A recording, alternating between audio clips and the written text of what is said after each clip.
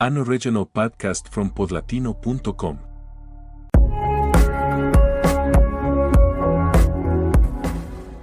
Maria wakes up every day before sunrise. She makes coffee, kisses her children, and heads to work cleaning offices in downtown Phoenix. She's lived in the US for 14 years. Her kids are US citizens. She pays taxes. She volunteers at school. But Maria lives every day in the shadows. She is undocumented. And that changes everything. This episode is about the millions of Latinos who build, clean, feed, care, and serve without the legal recognition most take for granted. We're talking about undocumented life in America and what it means financially, emotionally, and socially to live with paper dreams. Let's start with the numbers. There are an estimated 11 million undocumented immigrants in the United States. Of those, nearly 5 million are Latino adults, and many live in households with mixed-status families, where some members are citizens and others are not. They harvest crops, they cook in restaurants, they build homes, they clean hospitals, they care for children. They are everywhere and yet often invisible, and while political debates rage on, the daily reality for undocumented Latinos is far from abstract. It's about survival. Let's talk about income. Most undocumented workers earn low wages. In industries like agriculture, hospitality, or domestic labor, it's common to be paid in cash, often without benefits, legal protections, or job security, according to a report by the Migration Policy Institute. The median household income of undocumented immigrants is about $36,000 a year, far below the US average. Many work multiple jobs, often without overtime or health insurance.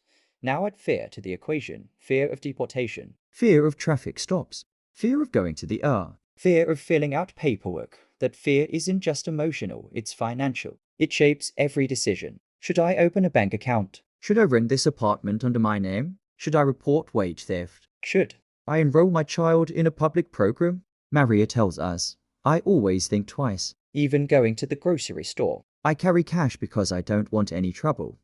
Carrying cash can mean being unbanked. According to the FDIC, nearly 40% of undocumented Latinos don't have a bank account. Many rely on check cashing services that charge steep fees. They send money back home using remittance services that take 6-10 cuts without social security numbers. They can't build credit, qualify for loans, or buy homes. They often pay more to access less. Some rent apartments through third parties.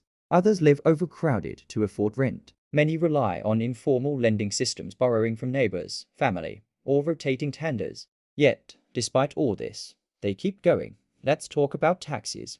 Contrary to popular belief, millions of undocumented immigrants pay taxes. The IRS estimates that over 50% file tax returns using an individual taxpayer identification number (ITIN). In 2021 alone, undocumented workers contributed more than $11 billion in state and local taxes. They fund systems they cannot access. No Social Security, no Medicare, no federal financial aid, no federal stimulus checks during the pandemic. They are the definition of taxation without representation. Then there's healthcare without legal status. Undocumented immigrants are largely excluded from public health programs. No Medicaid, no ACA marketplace subsidies. They rely on community clinics, emergency rooms, or simply go without care. During COVID-19, undocumented Latinos were among the hardest hit essential workers without essential protections. Many got sick, some died, others lost jobs and still had to pay rent. Mental health suffers too. Anxiety, depression, trauma, always watching over your shoulder. Imagine living decades without certainty. Imagine being told you don't belong while your child recites the Pledge of Allegiance at school. Now let's talk about dreams. Despite these obstacles, undocumented Latinos persist. They fight, they adapt, they organize. Take the DACA program, Deferred Action for Childhood Arrivals. It provides temporary protection for over 600,000 young immigrants who arrived as children. DACA recipients can work legally, get driver's licenses, and attend college, but it's not a permanent solution. No path to citizenship, no certainty, and new applicants have been frozen out since 2017. Then there's the DREAM Act, a legislative proposal that has been introduced over a dozen times since 2001, but never passed. Many live in limbo, educated, employed, rooted, but still undocumented.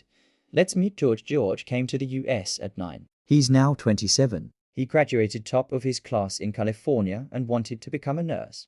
But without legal status, he couldn't qualify for financial aid. So he worked nights at a gas station and attended community college part-time. After 5 years, he earned his associate's degree. He now works at a private clinic underpaid, but proud. I help people every day, he says. That's what matters. George still dreams of becoming a nurse practitioner. He's saving every dollar he can. One day, he says, one day I'll be more than just a dreamer. But undocumented immigrants aren't just surviving. They're also building. They're creating cooperatives, launching small businesses, joining credit unions that accept ITINs, buying homes through community programs. Some organizations, like Mission Asset Fund, offer credit building loans for the undocumented. Others, like Races and Make the Road, provide legal assistance and financial education. Tech platforms like Marza, Oaxaca Credit, and Remitly are tailoring services for the undocumented, offering low-fee transfers, ID verification alternatives, and bilingual support. And community networks are everything. Mutual aid, faith groups, non-profit clinics, local mentorships. When systems fail, communities step in. Still, let's not romanticize resilience. Dignity shouldn't require suffering. Hard work shouldn't require silence. Undocumented Latinos deserve more than admiration. They deserve rights. They deserve banking access, work protections, legal recognition, a path forward. They are not illegal. They are unrecognized. And yet, they contribute constantly. They pick the fruit in your fridge. They clean the offices you work in. They raise the children you love. They build the homes you live in. They are not shadows. They are the foundation. Back in Phoenix, Maria is still working. She's tired, but hopeful. Her oldest daughter just got accepted to college. They cried together when the letter arrived. I didn't have papers, Maria says. But maybe she'll have wings, because that's what undocumented life is. Invisible work, visible sacrifice, endless hope. This is Money Talks, Latino edition. In our next episode, we explore how finances shape identity when you become the first entrepreneur in your family and the emotional toll of being the risk taker.